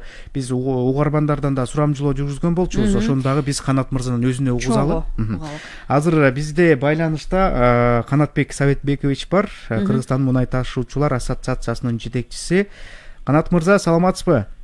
Саламатсызбы. Кутман таңыңыз менен. Сизге алгач терең ыраазычылык билдирип өтөлү. Ушул жалпы биздин айдоочуларыбыз ошол эле кызыктар жалпы коомчулукка таң эрте туруп маалымат берүүгө даярдыгыңыз үчүн. Канат Советбекович, алгач ушул бензинге болгон баанын жогорулаганы боюнча айдоочулар дагы бизге өзлөрүнүн билдирүүлөрүн берди эле. Анан алгач ошону угуп алган соң сиз менен маекти баштасак. Бите бир 2 сомго 1 сомго кымбаттады кайра. Бурда 30 сом алып атсак азыр уже 32-33. Ардык эле ошол май куючу станцияларда ушундай болуп атабы? Бирдейби баа же ар кимдики ар кандай? Ар кимдики ар кандай. Состояниесин жараша Газпром кымбат. Кыргыз мунай каржы ошондой эле. Кымбаттап атат, бир жумадан бери көтөрүлүп кетти. Канчадан сатылат? Азыр мен 33.90-дан койдум да, 34 сом. Четтеги заправкалар эме да арзан. Шаар ичи кымбат, четтеги арзан да. Бензин кымбаттап атат азыр. 34-төн 35-ке чыгып кетти окшойт ушу. Канча убакыт болду азыр? Бир жумада болуп калды окшойт, бир жумадан бери кымбаттап атат. Бензиндин баасы кымбаттап атат. Канча сомго? 32-90 тыйын болуп калды да. Өткөндө болсо 30 сомдон болчу да. 30-80 тыйын ушундайдан болчу. Азыр уже кымбаттап кетти, 2 сомго кымбаттады да. Бүт эле май куючу станцияларда ушундай болуп атабы? Же бирдейби баалар же ар кимдики ар кандай? Ар кимдики ар кандай айырма бар да. сомго мындай Болжол 1 сом айырма. Бирөөнүкү 21.90 болсо, бирөөнүкү 31.90 болсо, бирөөнүкү 32.90 да. Бензин баасынын кымбаттаганына бир жумага жакындап калды же. Бир жумага жакындап калды. Бензин аябай эле аз-аздан көтөрүлүп атат. Кечээ мен бензинди Газпромдон 34 сом 70 тиын бекен ушундай куйдум да, Бегаз. Буга чейин канчадан куюп жүрдүңүз? Буга чейин базар күндөрү болгондо мен 31 сом 70 тиынден куят элем. Мындай күндөрү кылганда 32 сом 70 тиынден Газпром 92. 2 сомго чейин кымбаттап кеткен экен. 2 сом 3 сомго чейин кымбаттады бензин. 1 сом көтөрүлгөнүн сезип турам, бирок кандай деле билинбейт. Мындай кыйындатпай эле жумушуңуздарды? Жок пока. Болгону кыйын жери бизге пробка. Ошол. Башка бензинден пока проблема жок. Кымбат дем 2%ке кымбаттайт деген пока 1 сом кошулганын билип турам. Андан башка эчтеке сезилген жок. Мынакей Канат Советбекович, бензинге болгон баалар тууралуу айдоочулардын да пикирин уктук. Бир жума бардыгы тең айтты. Бир жумада ушул өзгөрүүлөр байкалып атат, 1 сомго чейин кымбаттап атат деп атат. Бул боюнча сиз айтсаңыз, буга кайсыл факторлор таасир этип атат? Мына сиздер ушул өлкөнү камсыздап келесиздер да ушул күйүүчү майлар менен. Ооба, туура. Кымбаттоо 1-декабрдан бери акырын менен келип атат. Бүгүнкү күндө мисалы үчүн бензиндин мына ай 92 күргүсү болсо, кээ жерлерде 1-2 сомго жакын да, кээ жерлерде болсо 1 сом тегерегинде болуп атат. Эми ар кайсы баягы компанияныкы ар кандай болуп атат. Бирок орто эсеп менен караганда бензиндин баасы бүгүнкү күндө Кыргызстан боюнча 1,5 сомго жакын көтөрүлдү да. Ал эми болсо дизель отуну болсо 1 сом тегерегинде да 1 сомго жетелет, 70 тиын 90 тыйынга жогорулады. Бул жерде эми мындай карап кетсек, факторлор бир канча фактор бар. Биринчиси деген болсо бул Россияда биз билесиңер да эң эле негизги көлөм ошо толугу менен деп деле айтсак болот да. Эми Казакстандан анча эле мынча алынбаса, калганын баары ошо Россия мамлекетине кашылып келет. Ал жакта бүгүнкү күндө баягы дүң бааларды ошо нефть кайраштыргыч заводдор 1-декабрдан баштап жогорулап баштаган. Бул баа 2 айдан бери жогорулуп келип атат, бирок мүмкүндү биз мунай сатуучулар, ассоциациянын мүчөлөрү жогору мунай сатуучулар, Кыргызстан мунай сатуучулары баары мурунку алган баягы запастарына ошолордун негизинде арзандатып, эме жогорулатпай ошо арзан баада алган күйүүчү майлар менен камсыз кылып турган да. Ал эми бүгүнкү күндө баягы жогорулап келатат, бүгүн ар кайсыдан уже көтөрүлүп атат. Экинчиси баягы фактор болсо доллардын жогорулашы да болуп атат, анткени өзүңөр билесиздер. Доллар менен сатып алып келинет Кыргызстанга. Ал эми үчүнчү фактор болсо бир байкашыңар керек, биз сентябрь айында айтып жүрдүк эле. Биз жыл сайын баягы биз өкмөт аралык келишим бар. Россия мамлекети менен ошого жараша индикативный баланс деп бекитилет да, жыл сайын баланс бекитип баштайт. Биз баягы Россияда вывозной пошлина деген бар да, ошонусун төлөбөй алып келинет да. Ал эми быйыл болсо сентябрь айынын аягында дизель отунуна баягы көрсөтүлгөн көлөмдөрдүн баарын алып бүткөнбүз. Сентябрдан баштап дизель отуну ошол пошлинаны төлөп келет. Ал эми бензин болсо 30-ноябрда акыркы партиялар алынып 30-ноябрдан баштап алар төлөнүп келатат да. Анткени ал дагы ошо таасир этти, анткени ар бир тоннага $13.60 кошулуп төлөнөт да. Ошонун баары 3 факторду алганда ошонун баары келип туруп бүгүнкү күндө ошо жогоруланып атат. Канат Советбекович, мына сиз жогоруда ушул атайын ошо өкмөт түзгөн келишимдер жөнүндө айтып калдыңыз. Ушул мамлекет түзгөн келишим менен алынып келеби же ошо жеке компаниялар менен да өзүңүздөр келишим түзөсүздөрбү? Жок, ал келишим өкмөт аралык келишимде межправительственный соглашение. Ал жерде түзүлгөн, ошол жерде көлөм бар да. Ал эми ошол көлөмдү Кыргызстанда иштеген баардык мына сатуучулар алып келип алат да. Канатбек Советбекович, мына биздин угарманыбыз да өзүнүн жеке баракчабызга жазып атат. Мына азыр 1-2 сомго кымбаттаганы байкалып жатат, мындан дагы жогорулап кетет деп кооптонуп жатабыз дейт. Мындай баягы жүргүнчүлөрдү ташыган такси айдоочусу экен да. Ооба, мына декабрь айында дагы жогорулашы мүмкүн. Анткени пресс-релиз бергенбиз декабрь айынын башында эле. Ушул декабрь айы ичи 1,5–2% чейин жогорулашы мүмкүн деп. Дагы 1 сомдон 1,5 сом тегерегине жогорулашы мүмкүн. Анан күйүүчү майды негизи сиздер алып келгенде бир коруу менен баягы запасы деп коет эмеспи? Запасы менен алып келесиздерби? Ушул же баягы айтып атпайбызбы? Биздин мунай сатуучулардын баарынын мындайча айтканда, Кыргызстандын ички керектелигинин 1 айлык, 1,5 айлык запасы ар дайым бар да. Ошол запасты бар үчүн биз 1-2 айдан бери баанын жогорулашына карабастан, бул баалар жогорулашкан, биз Кыргызстандын ичиндеги чекене бааны кармап турушкан да. Канат Советбекович, бизге бензин ошондо күйүүчү майлар каяктан келет? Россиядан келет, кайсы? Казакстандан, мындан сырткардагы башка өлкөлөрдөн. Мисалы үчүн биз былтыркыга чейин баардык төлөмдүн баары Россия мамлекетинен келчү. Быйыл мына ушул жылдын орто ченинде жайларында Казакстан болсо, алардыкыдан ввозной пошлинасы кымбат болчу, $70 чейин жетчү. Ошон үчүн биз Казакстандан алып эмеспиз.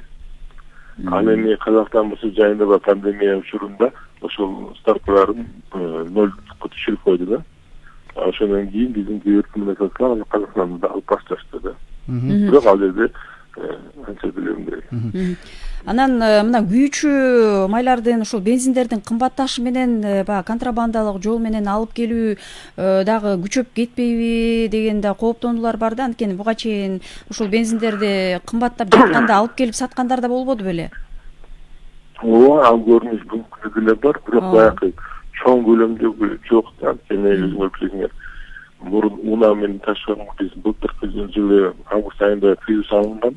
Ошондо тартып мындай кескин түрдө азайганда, контрабанда аткезчилик менен бүгүнкү күндө баягы майда өздөрүнүн бактарын башка бак кеңейтип көлөмүн чоңойтуп алып ушуну алып келип могу биздин шаардын четинде баягы жолдо туруп алып туруп баягы баклашкан сатылган көрүнүштөр бар.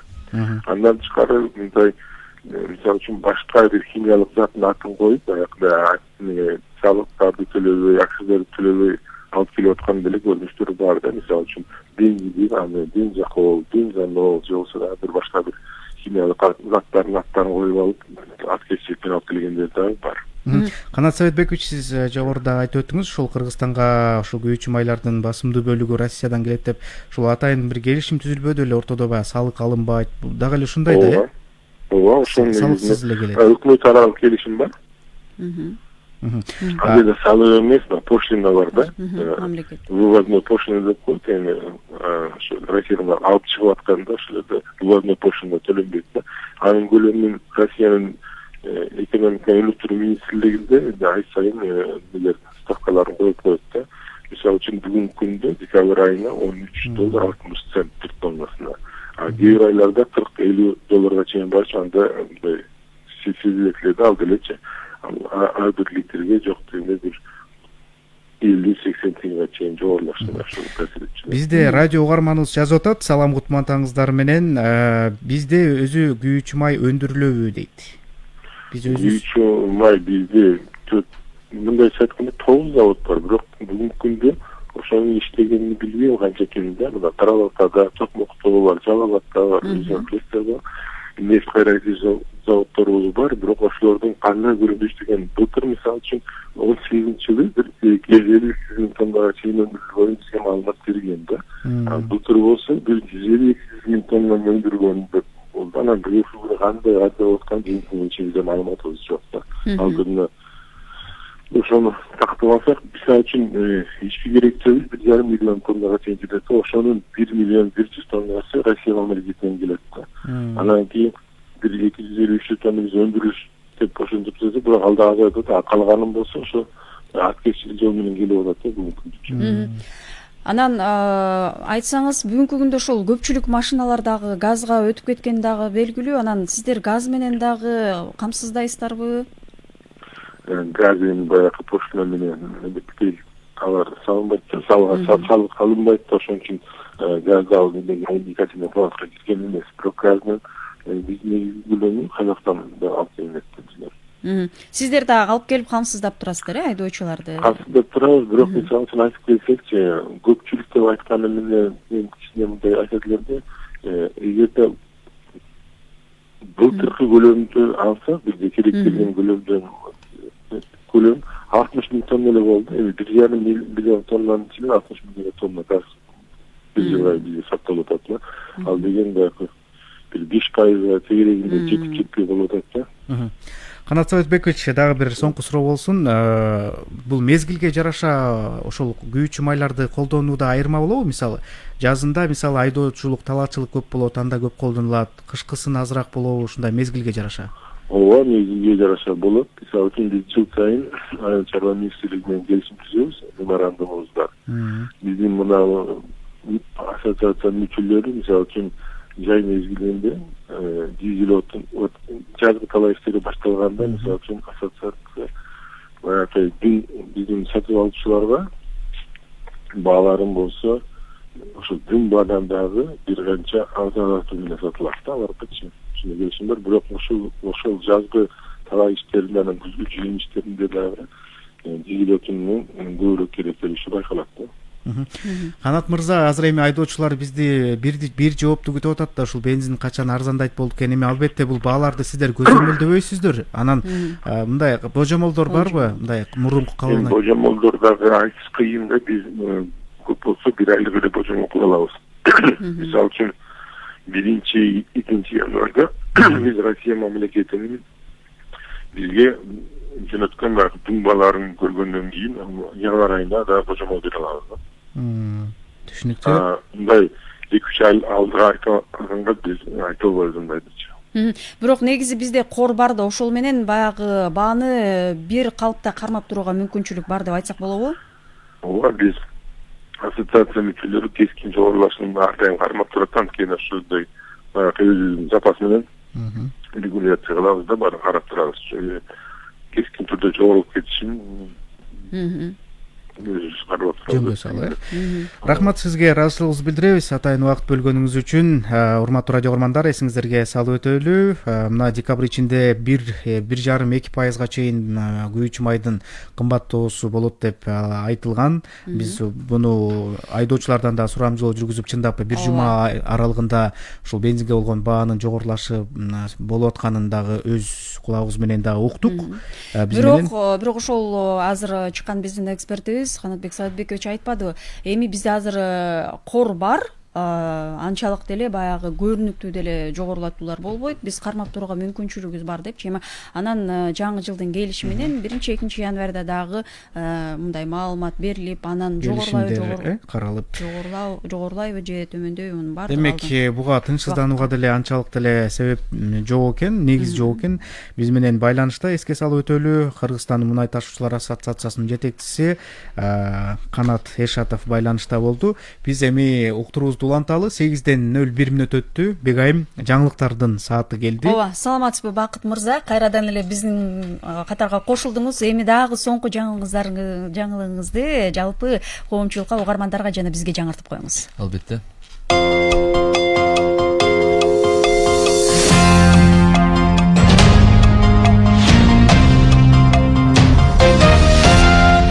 Борбордук шайлоо комиссиясы Кыргызстандын президенттигине талапкер болуш үчүн Бишкекке арыз жазган 18 жарандын топтогон колун жарактуу деп тапты. Боршайком 3 декабрда президентке талапкер болууга арыз бергендер чогулткан колду кабыл алууну токтоткон. Борбордук шайлоо комиссиясына баш аягы 21 жаран кол тамгаларын өткөргөн, анын ичинен 20 кишинин алды 60 миңге жакын, арты 30 миңден ашык кишинин кол тамгасын топтоду жана 1 миллион сом шайлоо күрөөсүн төктү. Бирөө жетиштүү өлчөмдө кол чогулта алган эмес. Аларда Борбордук шайлоо комиссиясы президентке аттанган 18 талапкерди каттап, күбөлүктөрүн тапшырды. 15 декабрдан 9 январга чейин үгүт өнөктүгү жүрөт. Кыргызстанда мөөнөт номурда президенттик шайлоо 10 январда өтөт. Өлкөдө коронавирус менен пневмониядан дарыланып жаткан 94 бейтап абалы өтө оор жана 542 бейтап абалы оор деп багаланууда. Республикалык штабтын маалыматы боюнча азыркы тапта стационарда 2086 бейтап, ал эми амбулатордук дарыланууда 2898 бейтап дарыланып жатат. Кыргызстанда коронавирус жана пневмонияны жуктуруп алгандардын саны пандемия башталгандан тарта 77356га жетти. Анын ичинен 70197 сакайып чыкса, 1307 киши көз жумду. Бүгүн 14 декабрга карата дүйнө жүзүндө коронавирус жуктуруп алгандардын саны 72 миллиондон ашты. Бүгүндөн тарта АКШда коронавируска каршы эмдөө кампаниясы башталат. Буга чейин америкалык жана германиялык фармацевтикалык компаниялар тарабынан иштелип чыккан вакциналардын биринчи партиялары эмдөө борборлоруна жеткирилген. Кошмо Штаттар вакцинага уруксаат берген 6-өлкө болду. Буга чейин ушундай эле чечимдерди Улуу Британия, Канада, Бахрейн, Сауд Аравия жана Мексика бийликтери кабыл алышкан. Европа биримдигинде болсо вакциналарды тестөөлөө уланууда жана Европалык дары-дармек агенттиги 29 декабрга чейин чечим кабыл көздөп жатат. COVID-19 вакцинасын каттоону 20 ноябрда баштаган. Изилдөөнүн натыйжалары боюнча дарынын эффективдүүлүгү 95% болгон жана терс натыйжалары байкалган эмес. Аларда Американын окумуштуулары коронавирусту 2 мүнөттүн ичинде 99,9%га жок кылуунун жолун табышты. Лабораториялык изилдөөлөрдүн жүрүшүндө цинк жана калай аралашкан тиш пасталары коронавирусту кыска убакыттын ичинде нейтралдаштырууга жөндөмдүү экендигин илипоздор аныкташты. Мындан тышкары оозду чайкай турган хлорид целитепридини каражаты жарым мүнөт ичинде нейтралдаштырылат. Изилдөөнүн максаты коронавирустун жайылышын оозго кам көрүү каражаттары менен азайтуу мүмкүндүгүн аныктоо болгон. Натыйжалары тиш пастасы жана оозду чайкай турган каражаттарда колдонгон бейтаптар катышкан экспериментте далилденди. Япониянын Сейга префектурасында куш тумоосунун учурлары катталды. Хикасима аттуу калктуу конушта 50ден ашык өлгөн тоок табылган. Алардын куш тумоосу менен ооругандыгы анык болгон. Мындан улам фермада 1000ден ашык канаттуу жок кылынат. Ошондой эле ферманын аймагына карантин киргизилди. Аталган префектурадагы 6 канаттуулар фабрикасы жайгашкан. Аларда жалпысынан 58 миңге жакын тоок багылат. Бул куш тумоосунан улам канаттуулар жок кылынган 10-чу префектура экендиги такталды. Өлкөдө алгачкы учурлар ноябрдын башында аныкталган. Ташкент областындагы Паркент районунун аймагында жайгашкан номер 33 кыргыз мектебинде 12 декабрда Айтматовдун туулган күнүнүн 92 жылдыгына арналган адабий кече өттү. Анда мектеп окуучулары Манас эпосунан үзүндүлөрдү аткарып, Чыңгыз Айтматовдун чыгармаларынын негизинде даярдалган сахна көрүнүштөрүн, кыргыз акындарынын чыгармалары жана элдик бийлерди тартуулашты. Эске салсак, Өзбекстандын президенти Шавкат Мирзиёевдин атайын жарлыгы менен мамлекетте Чыңгыз Айтматовдун 90 жылдыгын майрамдоо алкагында 2018 жылы бул мектепке улуу жазуучунун бюсту орнотулган. Кыргызстандын грек-рим күрөшү боюнча балбан Жоламан Шаршенбеков дүйнө кубогу мелдешинин финалына чыкты. Жоламан жарым финалда туркиялык Ахмет Уярды 5-1 эсебинде утту. Эми алтын байгө үчүн россиялык Степан Марьянян менен кармашат. Валюталар курсумен таанышуулуңуздар. 1 Америка доллары 84 сом 79 тыйын, евро 102 сом 86 тыйын, 1 орус рублю 1 сом 15 тыйын, казак теңгеси 20 тыйынга багаланууда. Бүгүн 14 декабрда Чүй областында абанын температурасы 3-8, Талас областында да ушундай эле температура төмөн болсо, Ош, Жалал, Чана Баткен областарында 2 градус сууктан 3 градуска чейин жылуу, Ысык-Көл областында 2 градус сууктан 3 градуска чейин жылуу болсо, Нарын областында 3-8, бийик тоолор өндүрдө 9-14 градус суук болот. Бүгүн Бишкек шаарында абанын температурасы 5-7 градус суук. Рахмат Бакыт. Биз программабызды улантабыз. Сиз угуп жаткан Биринчи радио. Бизди Facebook аркылуу дагы онлайн көрсөңүздөр болот. Биринчи радионун баракчасынан мына ушул жактан дагы сунуш пикирлерди, биздин темага карата суроолорду дагы адистерге берсеңиздер болот. Биз өз кезегинде ыкчам жооп алып берүүгө аракет кылабыз. Ошондой эле бизге 0312 39 21 90 0502 39 21 90 телефондору аркылуу дагы пикириңизди калтырыңыз. Биздин мына 1,5 саат аралыгында жүрөтүрчү программанын алкагында буга чейин сиздердин эсиңиздерге сала кетели, ушул кыш мезгилинин келиши, деги эле быйылкы аба ырайы кандай болот, ошол тууралуу да талкуу кылдык. Андан соң ушул өзгөчө айдоочуларды жана ишкерлердин бүйүрүн кызыткан тема бул ушул жакын арада Кыргызстанда ушул тапта декабрда ушул күйүүчү майга болгон 2%га чейин кымбатташы мүмкүндүгү тууралуу дагы сөз кылдык. Анда болсо ушу адистер чыгып атайын кымбаттоошу тууралуу дагы маалымат берип ооба айтып эмне беришти. себептен болуп атат, буга тынчсызданууга негиз барбы, ушул тууралуу маалыматтарды алдык. Эми программанын 3 бөлүгү 8ден 7 мүнөт өттү саат. Биз болсо берүүбүздүн 3 бөлүгүнө өтөөрдөн мурда жогоруда Бакыт айтты го, жаңылыктарда буга чейин да айтылып келген. Ошол борбордук шайлоо комиссиясы президенттик шайлоого 18 талапкерди каттоого алды. Алардын бардыгына талапкерлердин ошол документи ыйгарылды. Буюрса 10 январда ошол президенттик шайлоо менен катар эле өлкөнүн башкаруу системасын тандап референдум дагы өтөт. Жалпы элдик добуш берүү мындайча айтканда. Анан шайлоо процессине катышуучурда албетте ар бир жарандык паспорту керек. Анан паспорт демекчи чындыгында эле ушул паспортто көп мындай талаш тартыш нерселер, жагдайлар келет. Ал эмнеден улам десең, кесиптеш урмат, 2016 жылдары ушул улут деген графа жарандык паспорттон алынып салынганда, анда ушул көпчүлүк биздин жарандарыбыздан наразычылыктар да болгон, кээ бирок колдогон, ар кандай пикирлер болгон. Бирок негизи Кыргызстанда ушул 2017 жылкы үлгүдөгү паспортко улуту деген жана үй бүлөлүк абалы жана жашоо дареги тууралуу алып салынган нерсе кайра калыбына келтирилди. Сиз мисалы Бегайым ушул жашка келип канча паспорт алмаштырдыңыз? Мөөнөтү бүткөнчө колдонуп анан алмаштырдыңыз? Бүгүнкү күндө 2 паспорт ушул биз буга чейин колдонуп келген көк жарандык паспорту. Андан кийин ID карта, бирок анда ушул биз сиз экөөбүз талкуулай турган жарандык графасы бар менде. Улуту кыргыз болчу. Ооба. Ал нерсе бар. Азыркы жаңы үлгүдөгү паспорт колдоно элек сага? Жок, колдоно элек. Жок, бирок айрым баягы таанышлардан угуп калганда ошол коомчулук көп эле айтат, улут деген графасы жок деп, ага да мындай өздөрүнүн мындай кандайдыр бир ички мындай нааразы пикири менен билдирип айткандары бар да. Демек эми сиз Бегайым мына берки паспортуңуз бүтүп калса, ушул азыркы колдонуп аткан паспортуңуздун мөөнөтү бүтсө, жаңы паспорт алсаңыз, кабатырланбай эле койсоңуз болот. Себептен ал жака улуту кыргыз деген графа кошулат.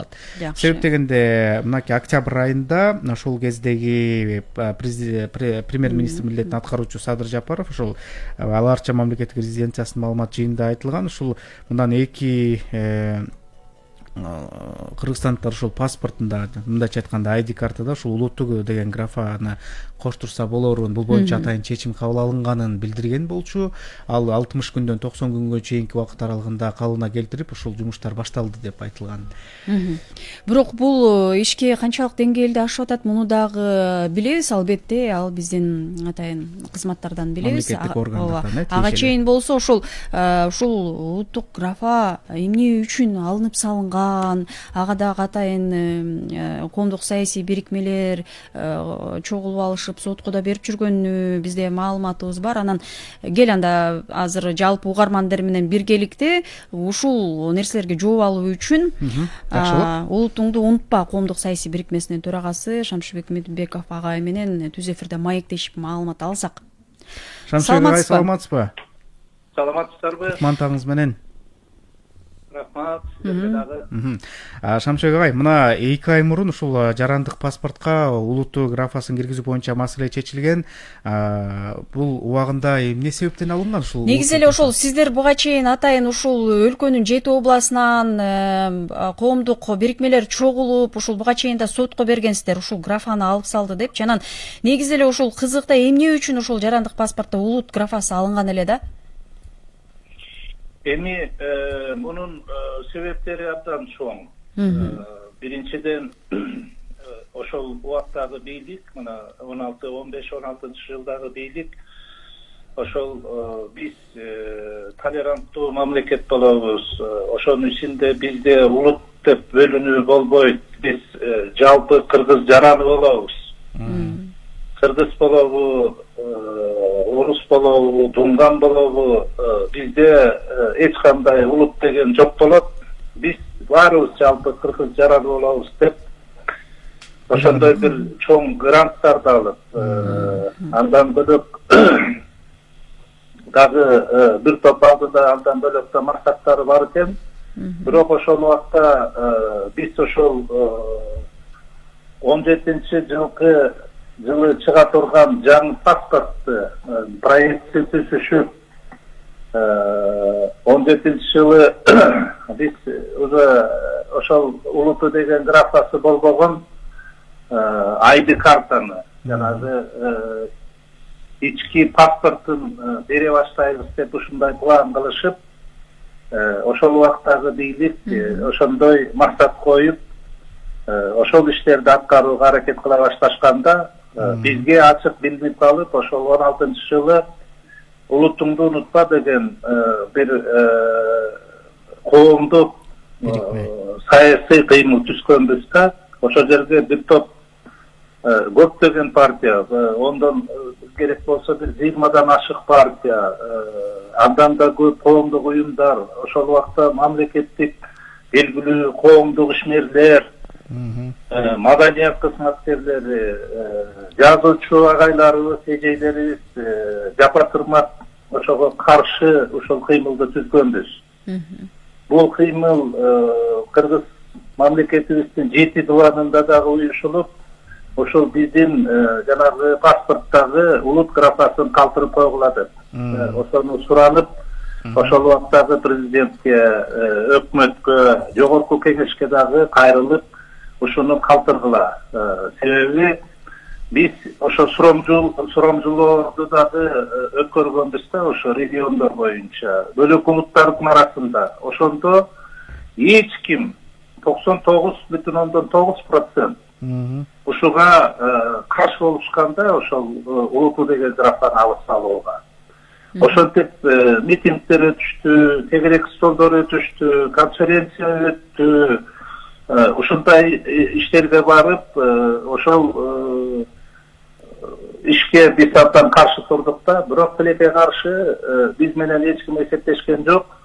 Мына өкмөт 2017-жылдын 3-апрелдеги номер 197-жобосу менен ошол паспортты алып салышты да, ал паспорттагы жана улуту деген графаны алып салып, ошол менен бирдикте бул улуту деген графаны паспорттан көрүнбөгүдөй алып салып, бирок чипке баары тең жазылат деп бизге жооп беришкен. Тилекке каршы чипке дагы эгерде жаран өзүнүн каалоосу менен ошол улутун жаздырбай койгонго да мүмкүнчүлүк түзүп коюшту да. Мунун эми жаман жагы, бизде кичинекей улуттар бар. Ошолор дагы аябай чыркырап турушту да. Макул кыргыздар силер сакталып каласыңар, себеби мамлекеттин негизин түзүүчү улут кыргыздарсыңар. А биздин келечектеги уулдарыбыз, неберечилерибиз эмне болот? Алар улутун билбей калса, аралашып кетсе, анан тиги түпкүрүндөгү чөбүрөбүз болобу, кыбырабыз болобу, өзүнүн улутун билбей, ким экенин билбей жүрсө, биз үчүн чоң трагедия болот деп ошол жагын карашты. Экинчи жагынан өтө дагы бир коркунуч бар.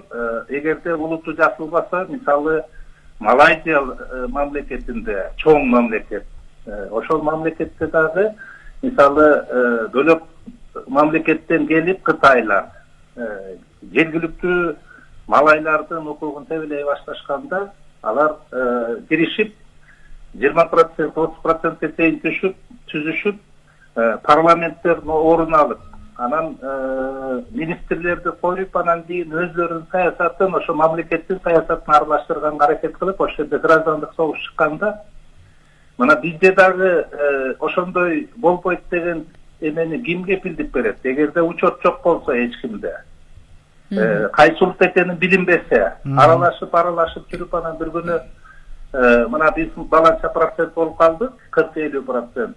Давай кыргыздар араак тургула, эми биз дагы мамлекеттик саясат жүргүзөлүк дегенге эч ким кепилдик бербейт да биздин мамлекетте. Бул эң коркунучтуулардын бири болуп эсептелет. Шамшыбек агай, мына бул улуту деген графаны ошол паспорттан алып салуу ошол кездеги баягы бийликтин күчү менен эле алынып калган экен да, ошол коомдук пикирди эске албай эле. Анан биз дагы ушул шаар тургундарынан, жарандардан да сурамжылоо жүргүздүк. Ушул нерсе бизге керекпи? Көпчүлүк ошол керек сөзсүз түрдө деп айтат. Анан жок, кереги жок дегендер да бар экен да. Муну азыр угуп алалы, анан маекти улантсак кандай болот? Жакшы болот. Туура да, кыргыз тилин өзү коюш керек да. Кыргыз мамлекети болсо, кыргыз эли болсо, Анан кийин сөзсүз эле башка улутта жашаш керек да. Кыргыз тил жашаш керек. Улутту деген жерби? Менимче кереги да жок го дейм. Эмне себептен? Кыргызстан жараногондой бар. Башка жакка барсаңыз, мисалы, кыргыз тилди тааныйт да.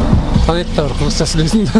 Эми өзүбүз ушу Кыргызстанда жашап жүргөндөн кийин, өзүбүз кыргыз болгондон кийин улуттук графасы кереги деле жок да. Биздин эгер чет жакка чыгып калганда өзүбүздүн тилибиз менен барып таанылабызбы аяктан деле. Керек да сөзсүз.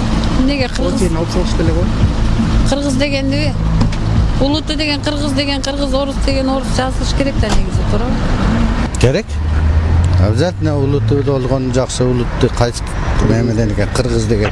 Кайсы жерге барсаң сен кимсиң деп сурайт да, кыргыз болгон жакшы. Туура, керек. Мен ошону ойлонбоппун. Бирок мен ойлойм, азыр улутту жазбаса деле болот дейм, гражданин болсо эле болот да. Сөзсүз керек. Кайсы национальность белгилүү болчу. Мисалы азыр деген же улутту белгисиз, же көчөсү белгисиз. Кайсы көчөдө жашайт. Аны получается базадан пробивать этиш керек, о менче. Система ошондой да азырча. Базага атайын терип, госрегистрде бар, сонда бар. Тергенде чыгат, билечи. Ага теңмейин, мисалы паспорттун көргөндө чыга албайт да. Жакшы болмок. Кыргызстан улуттун киргизип, анан көчөнүн адресин, үй номерин, улицасын киргизсе. Еще как керек. Улутту кыргыз деп жазылып турганы бул аябай сонун. Керек жакшы. Улутту кыргыз деген негизи керек да. Улутту кыргыз деп жазылган өзү негизи жакшы нерсе. Мынакей Шамшыбек ай, өзүңүз уктуңуз. Бул жакта эки тараптуу ой пикирлер айтылып атат. Бул боюнча эмне дейсиз? Эми ошондой пикирлер болот. Бирок биз терең изилдедик да ушул маселени. Мисалы, Прибалтика республикалары Евросоюздун составына киргенде ушундай улутту деген жазыл эмен алып салышканда анан мына биздин Кыргыз республикабыз сыяктуу жумуш жок, дая союз таркаган убакыт байланыштар жок болуп, көп жаштары Европага кызмат издеп кетишкен да. Анан бир убакыт өткөндөн кийин ошол жерде отурукташып издеп балдары үйлөнүп, неберелүү болуп, неберелери кайсы улуттан экенин унута башташканда, мына ошолго кооптонушуп 10 деген жыл өткөндөн кийин эгерде ушинтсек биз өзүбүздүн улутубузду жоготуп коет экенбиз деп кайра ошол паспортуна улутту деген графаны киргизген мамлекеттер көп да.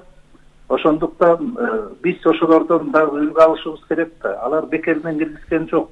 Эгерде улутту жок жашай бере турган болсо, мисалы Прибалтика экономикасы дагы, бөлөк жагынан дагы бизден жогору турган мамлекет катары ошого кайрылбайт эле да. Мына ошолор кайрылып аткандан кийин биз сөзсүз түрдө ошону калыбына келтиришибиз керек деп, мына биринчи жолу 17-жылы сотко берсек, Конституциялык палата биздин арызды кабыл албай койгон. Анан 18-жылы өзүнүн нормасы бар экен, ушу бир жыл өткөндөн кийин кайра кайрылып, кийинки азыркы иштеп аткан Конституциялык палатанын соттору кабыл алып, ошону өзүнүн өндүрүшүнө алып, мына 2020-жылдын 14-чү, мына 2 жыл карап, 2 жыл карашып, ошол бизди чакырып, сот отурумун өтүшүп, ошол Конституция жарандардын укугу бузулган жокпу деп ушунун баарын териштирип отурушуп. Мына башында бат-баттан карашып, анан мына акыркы жылы өзүбүз жакшы билебиз, пандемия болуп, коронавирус. Ошондон кичине үзгүлтүккө учурап отуруп, мына 14-октябрь 2020-жылы ушул иш боюнча чечим кабыл алынганда, чечимде ошол жарандардын конституциялык укугу бузулуптур. 38-чи берененин 3-пункту бузулуп, өкмөт туура эмес жобо кабыл алган экен. Ушул чечимди өкмөттүн жобосун тез аранын ичинде оңдогула деп чечим чыгарып берген. Тез аранын ичинде. Жакшы, Шамшыбек агай, айтсаңыз, мына азырдагы учурда ушул баш мыйзам талкууланып жаткан чагы буга дагы кирип азыр киргизилди да бул нерсе. Жок, бул ушул 38 берене бузулду деп өкмөткө жанагы ID картага, биздин паспортубузга улуту деген графа ачык жазылыш керек деп тапшырма берди да. Жакшы. Садыр Жапаровдун айтканы өзүнчө. Анын ошол убагында ал дагы анын партиялаштары биздин кыймылга активдүү катышып жүргөн. Бул проблеманы ал жакшы билет да. Ошон үчүн эң алгачкы өзүнүн аткарам деген иштеринин бири ушул болгондо, бирок биз мына 2 жыл соттошуп келип, ушул октябрь айында сот чечим чыгарып берип атат да, мына өкмөт уже оңдоп, жобосун оңдоп, уже чечим чыгарыш керек эле, тилекке каршы бүгүнкү күнгө чейин чыкпай атат да. Ал бул соттошконго кайра төлөп жакап жалобы эткенге жатпайт. Конституциялык палатанын чечими түз аткарылыш керек да, ошондой чечим чыгарып берди бизге. Сизге чоң рахмат агай, жакшы маалыматтарды алып алдык. Урматтуу радио көргөрмандар, биз жарандык паспорттагы улуттуу графасы кыргыз жарандуулугу деген эмне, мына ушул улуттуу графасы убагында эмне үчүн алынып салынган, мына ушул тууралуу маалыматтарды алдык. Биз менен байланышта Улутуңду унутпа коомдук саясий бирикмесинин төрагасы Шамшыбек Медетбеков байланышта болду. Эми биз ушул эле теманы улайлы, бул боюнча иштер кандай жүрүп атат?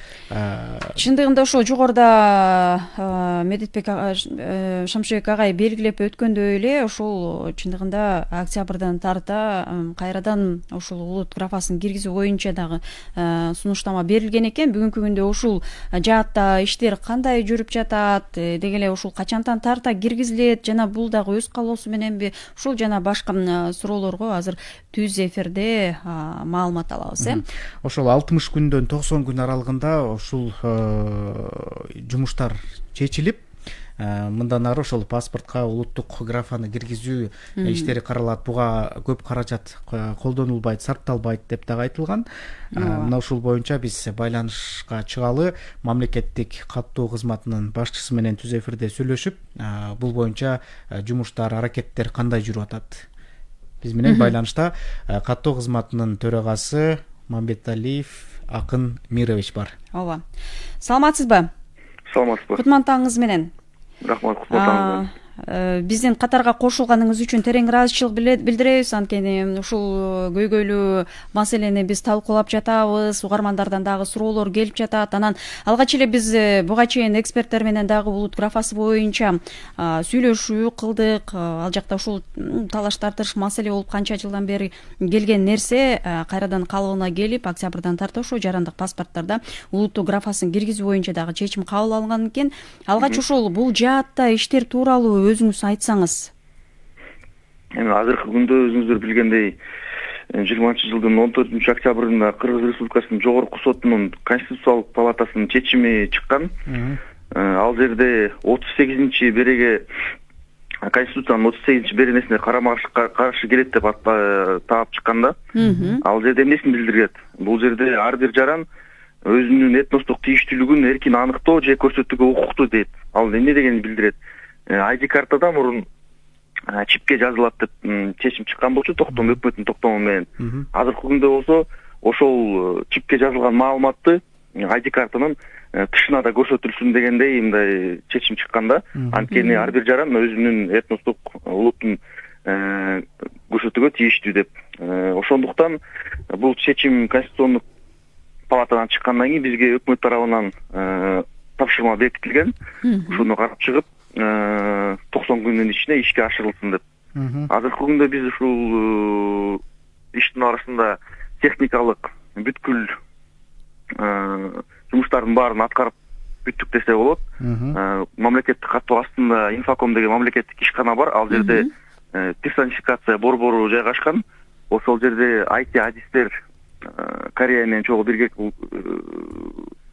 автоматташкан системанын жана бир бөлүктөрү Кореядан жасалып келген болчу да персонификацияга.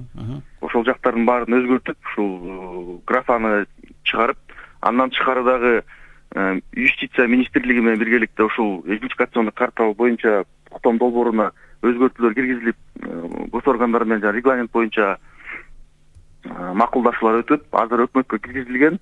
Акыркы маалыматтар боюнча өкмөт премьер-министр иш аткаруучу Новиков Эдуард келиптир. Артем Новиков.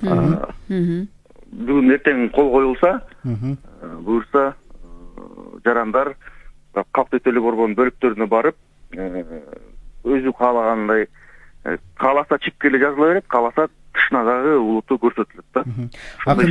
Акын Мирович, бул эми ошол жаңы паспорт алгандарга сөзсүз түрдө сыртына жазылып берилет да эми, жарандык паспорт алгандарга 18ге толгондо. Өзү кааласа, Конституцияда ошондой жазылып тур 38-бересинде.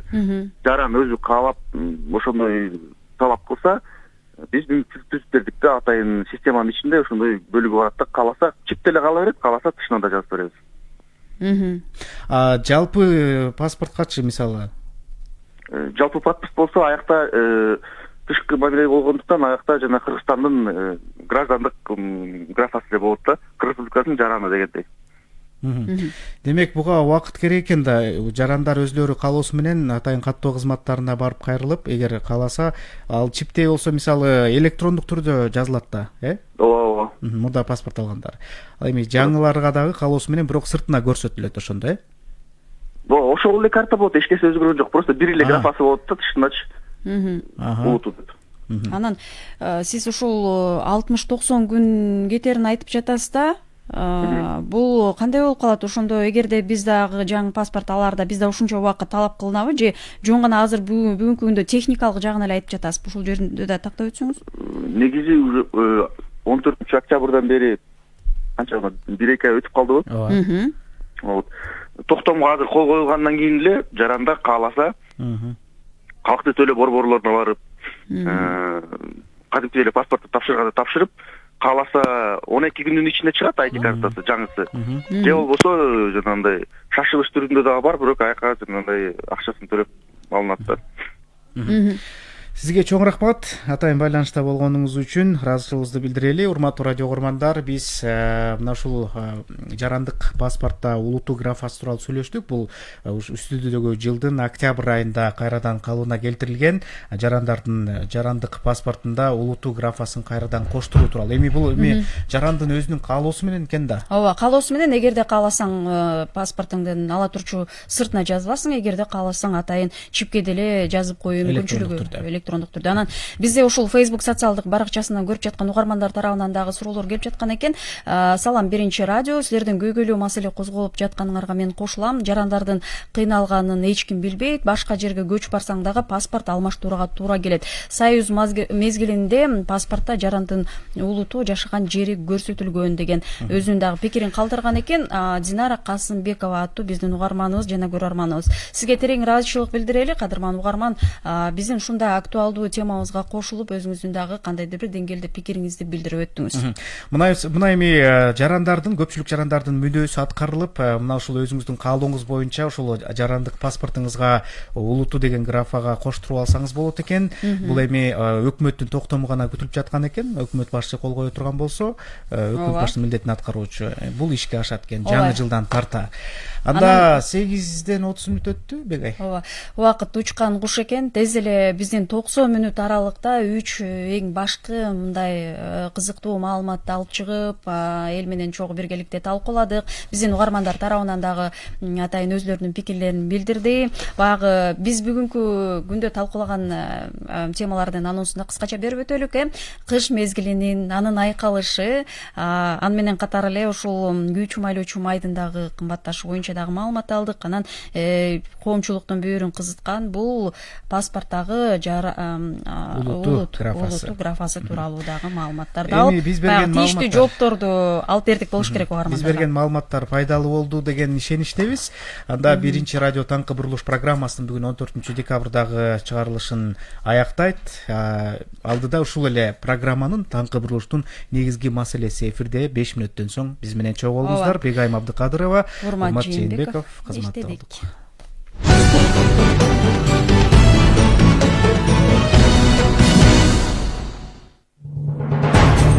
Саясат, экономика, аналитика, маданият жана спорт жаңылыктары